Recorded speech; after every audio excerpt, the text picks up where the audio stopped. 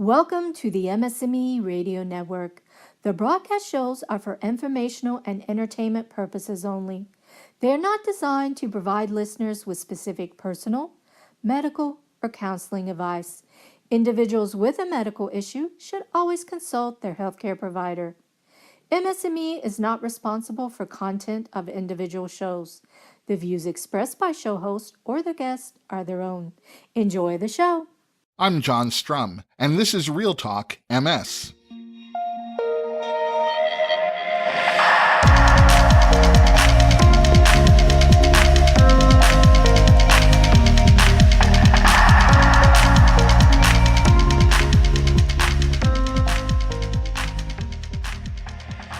It's April 24th, and the American Academy of Neurology is holding its annual meeting this week in Los Angeles.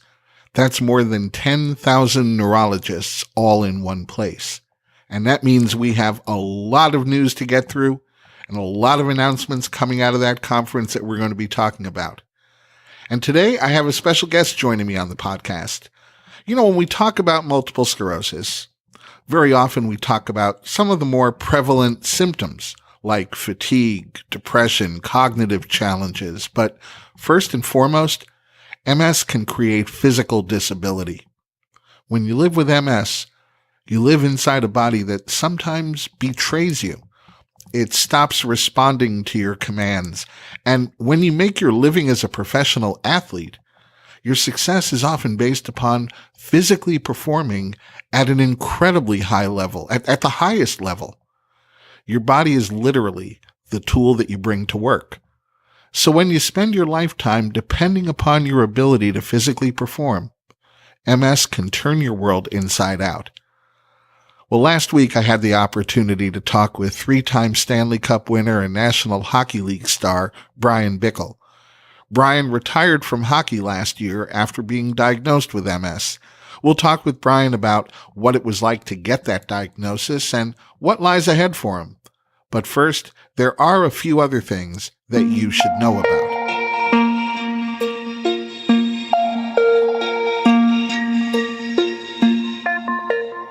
Yesterday, the American Academy of Neurology issued a new guideline for treating MS. The guideline was published in the April 23rd online issue of Neurology, the medical journal of the American Academy of Neurology, and it's been endorsed by the Multiple Sclerosis Association of America and the National Multiple Sclerosis Society. And the new guideline states that for most people, it's better to begin drug therapy for MS early on rather than letting the disease run its course. Now, the guideline doesn't refer to treatments designed to manage MS symptoms. Instead, it's specifically focused on disease-modifying therapies, the drugs that can alter or change a course of MS for patients. And while these disease-modifying therapies aren't a cure for MS, they can still be effective in reducing the number of relapses a person has and in slowing the process and the progression of MS. You know, like so many other prescription medications, MS disease-modifying therapies can also carry with them side effects that you'll want to be fully aware of. And understanding the potential side effects of any treatment is something that you should review with your neurologist. Also, not all people living with MS react the same way to each of the more than a dozen different disease-modifying therapies that are available today. So this new guideline goes on to underscore the likelihood that you may have to switch from one MS drug to another until you and your neurologist identify the very best and most effective treatment for you.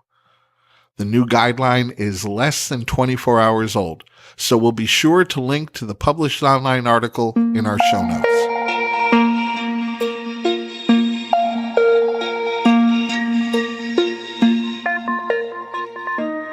And if you're looking for another good reason to begin MS disease-modifying therapy sooner rather than later, you need look no further than a study from Denmark that was also presented at the American Academy of Neurology annual meeting.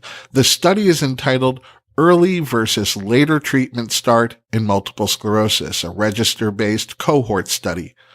And this study concludes that the timing of beginning your MS treatment is an important step in slowing down disease progression.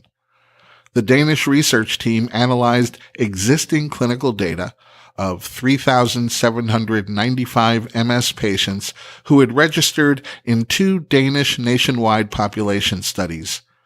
The patients were divided into 2 groups depending upon when they started their MS treatment.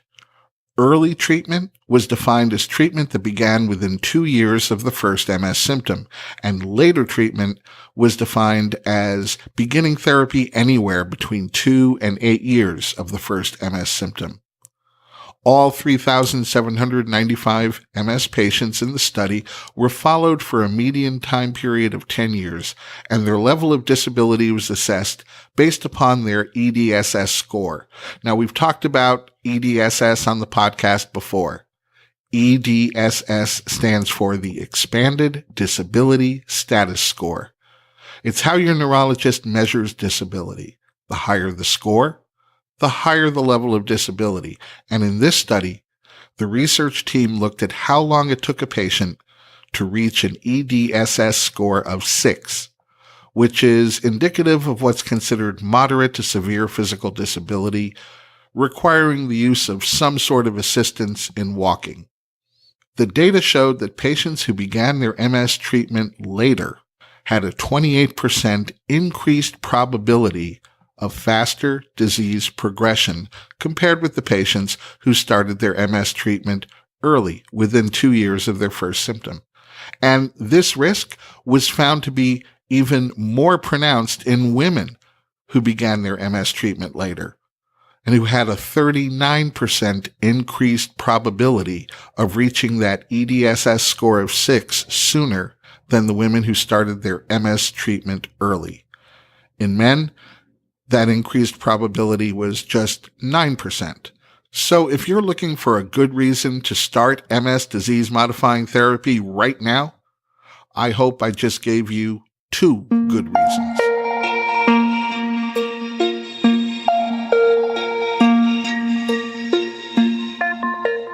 The National MS Society announced an investment of $14.2 million in 45 new research projects aimed at stopping MS, restoring function, and finally, putting an end to MS. Among the new projects receiving funding are 2 studies at Harvard's Brigham and Women's Hospital exploring the role of gut bacteria in MS. There are studies focused on ways to repair nerve-insulating myelin, and a study at the University of Washington testing non-pharmaceutical approaches to managing debilitating pain in MS. This year, it's expected that the MS Society will invest more than $34 million in new and ongoing research studies around the world. And funding promising research is always good news. I think that sometimes it's hard to connect the fact that these studies received funding because hundreds of thousands of people run, walked, biked, and they've even taken on muddy obstacle courses in the many, many different MS Society fundraising events that take place across the country. But it's through those community efforts that the money gets raised to enable important research to move forward and hopefully bring us a step closer to unraveling the mystery of MS.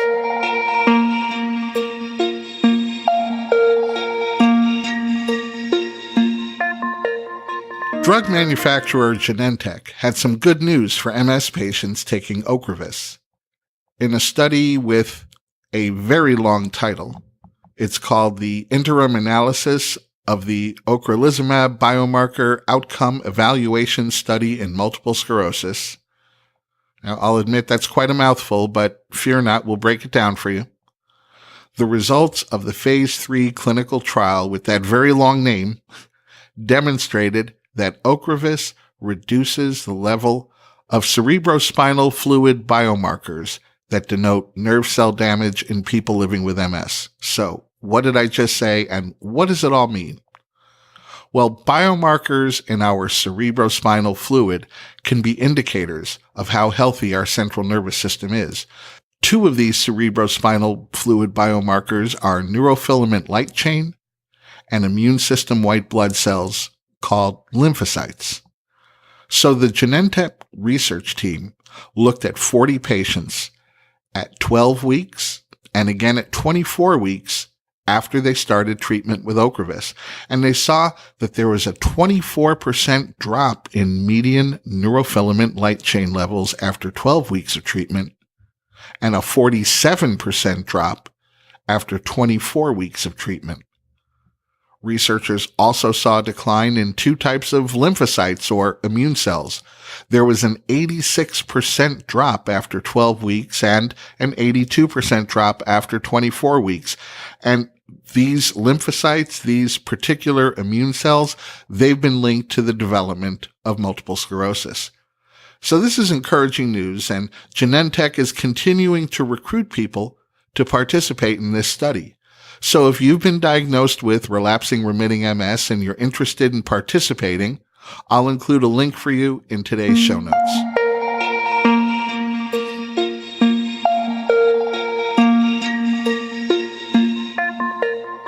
Also at the American Academy of Neurology annual meeting, drug manufacturer Biogen will present updates or results from a number of different studies. And one of these studies demonstrates a connection between cognitive decline in MS patients and a number of different socioeconomic measures. The study is entitled Benchmarks of Cognitive Performance in a Large Representative Patient Population. About half of all MS patients report cognitive difficulties, but there's been very little research done that measures cognitive performance and its relationship to patient demographics like unemployment or assistance needs or whether the patient has public or private health insurance. So in this study, researchers assessed patients who were already enrolled in MS Paths, which stands for MS Partners Advancing Technology and Health Solutions. It's actually a network of 10 healthcare centers located in the United States and Europe. And during routine appointments, MS patients were given examinations that covered their disease history, and they were also given a processing speed test.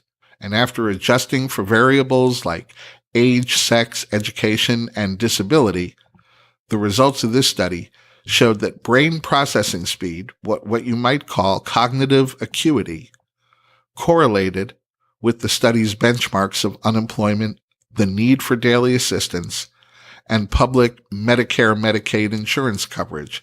So the study seems to tell us that cognitive decline becomes highly relevant in meaningful MS patient outcomes. Cognitive difficulties seem to correlate with whether an MS patient is employed, whether they require daily assistance, and even whether or not they're using private health insurance or Medicare, Medicaid public health insurance. And you'll be able to find a link to this study in today's show notes.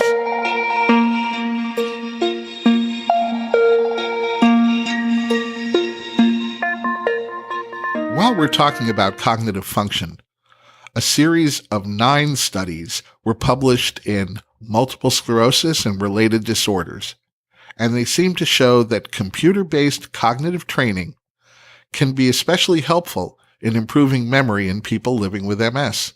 And that's especially good news because computer-based cognitive training is easy to access. It's as simple as sitting in front of your computer. It's self-paced and it's personalized. So the difficulty of the tasks that make up the training are based upon the competency of the specific person participating in the training. So the baseline is their baseline, and that baseline gets adjusted as their individual performance improves.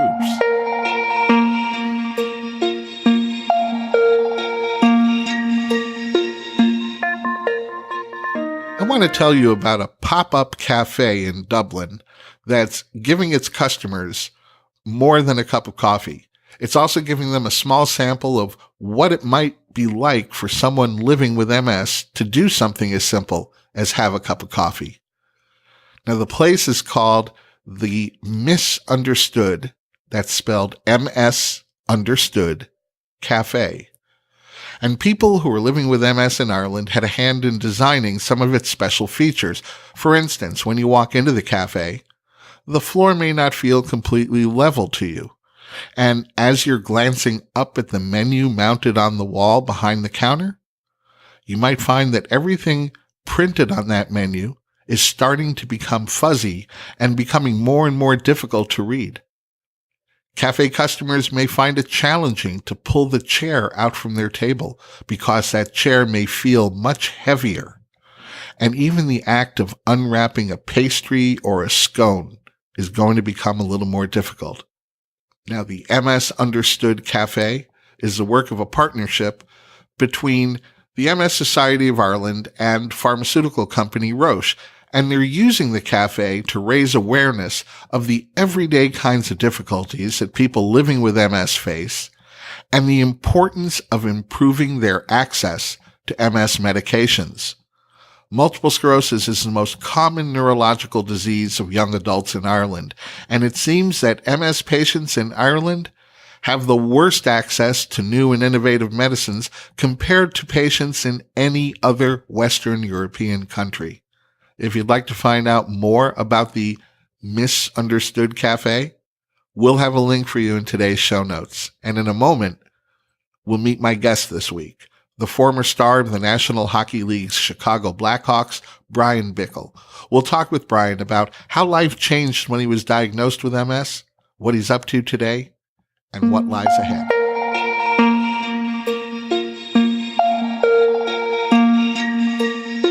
I'm talking with three-time Stanley Cup winner and former member of the National Hockey League's Chicago Blackhawks and Carolina Hurricanes, Brian Bickle. Brian retired from professional hockey in 2017 after being diagnosed with multiple sclerosis. So let me welcome you to the podcast, Brian, and let's get into some questions. You know, it seems that each person diagnosed with multiple sclerosis gets to the point of being diagnosed a little bit differently. What were some of the symptoms that you experienced that led to your diagnosis? Yeah, my symptoms, when I knew something was different. I actually had a game in New Jersey. We had a pregame skate, and my shoulder was, kind of fell off. And then I'm like, well, I had a game before, and I didn't really, think anything about it.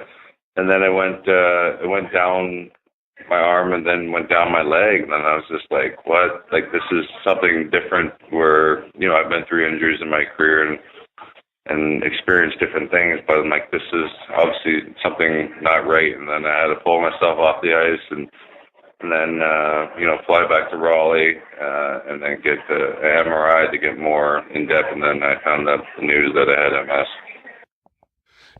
I think anyone living with MS knows how scary it feels when you first become symptomatic and your body starts betraying you. But as a professional athlete, you spend most of your life relying on your body to perform at just an extraordinarily high level.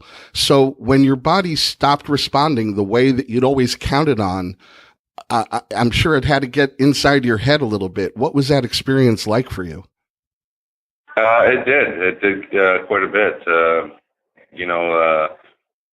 Being a hockey player, being an athlete, most of it's mental. I know one of my peak of my career was in 2013, and then, slowly after that, my game was depreciating, and then it hit the ultimate low, and then, then finding out with this, it was, big questions. Was it my physical? Was it my mental game? And we didn't know what was going on, but then, it was a big relief of, finding out, the reason and, moving on from that.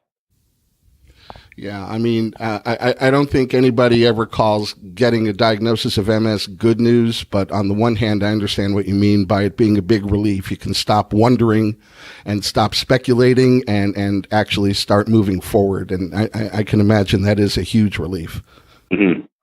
Well, your career has a very special set of what I'll call bookends. You scored a goal on the very first shot you took on your first pro shift, and you scored a really memorable shootout goal in your last game. And watching that shootout goal, for the fans, it was absolutely amazing. I mean, that's the moment I think that it's the reason we all watch sports. It's the reason we play sports, to have a moment like that. How did it feel to you when you scored that shootout goal? Yeah, it was a definitely special moment. Games before that, announcing that if I made it to the Philly game, that would be my my last professional game. So the build up behind that, and having all my friends and family and all the people that supported me through my whole career at the game, being in Philly, that was the first time that I got to hoist the Stanley Cup, and now finishing in Philly with actually the Philly fans cheering me on, which usually the Philly fans are pretty hard on the away teams, but to get that call and to get the opportunity to shoot, because my shooting percentage was 0 because I only had one attempt before that, but then to make feel good and have 50% shooting after that, it was a good way to go out. I know your foundation was already focused on training pit bulls as therapy dogs for children who had been victims of abuse. But I understand you've added a program to train pit bulls to be therapy dogs for people with MS. Can you tell me a little about that? Yeah, we just started that last July. We find these dogs and get them fixed and get them trained to certain needs. I know different people with MS have different symptoms, and this is going to take over 8 months to a year to get these dog trained. We do them through our foundation, and hopefully we take these dogs out of a bad situation and fix them to help out people's lives, and that's what our foundation is about, is to help out people and help out dogs at the same time. That sounds like a real win-win. Now, I know you're talking to me today from Boston. What brings you to Boston today? So yeah, we're here today and tomorrow for the Boston Marathon. The National MS Society has a group running in the marathon. There's going to be approximately 26 runners, and then there'll be, I think half of them have MS, and there'll be a group of supporters or family members here this weekend, over 100 people, and I'm here to have a dinner, share stories, tell my kind of story, what I went through, that I overcome, with this with MS. Just inspire these people to if they have goals like running the Boston Marathon, to achieve these goals. It's a mental thing in life to overcome. Anything in life, it's mostly mental, and I know you'll be enjoying and hearing a lot of different stories from different people. That's awesome. I'm sure they're going to be inspired just hearing from you and talking with you. So let me ask you, after the marathon, what's next for you? Hopefully sunny days back home. Back home in Canada, I'm just being with my family. That's what I've been enjoying most. I got 2 young kids that are under the age of 4, 2 girls. So, being around them, doing a lot of different events. I know I looked at my schedule. I got a lot of golf events coming up to help out different charities around my local area in Chicago. So, just giving my time and enjoying, hopefully a good summer, and, doing events like we're here this weekend. Well, that's just great. And once again, I appreciate you taking a few minutes to talk with us today. Best of luck. And I think, like everybody else, hockey fans and non-hockey fans alike, we're going to be following you and watching and seeing what happens next for you. Yeah, and obviously there's upcoming events. We can, keep post, what I'm doing with my fighting hockey story. There's always things are coming up there, and how I got through my tough moments. We'll definitely be looking for those. Thank you again. Thanks, Dan. That's going to wrap up this week's episode of Real Talk MS. If you have feedback, comments, or suggestions for topics that you'd like to see us talk about in future podcast episodes, please send your email to me at John, that's JON, at realtalkms.com. And if you do have a moment, let me also invite you to head over to realtalkms.com /rating, RATING. That will actually deliver you to the iTunes page for the podcast, where I would invite you to leave a review and a rating of the podcast.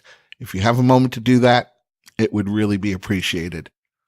My name is John Strum.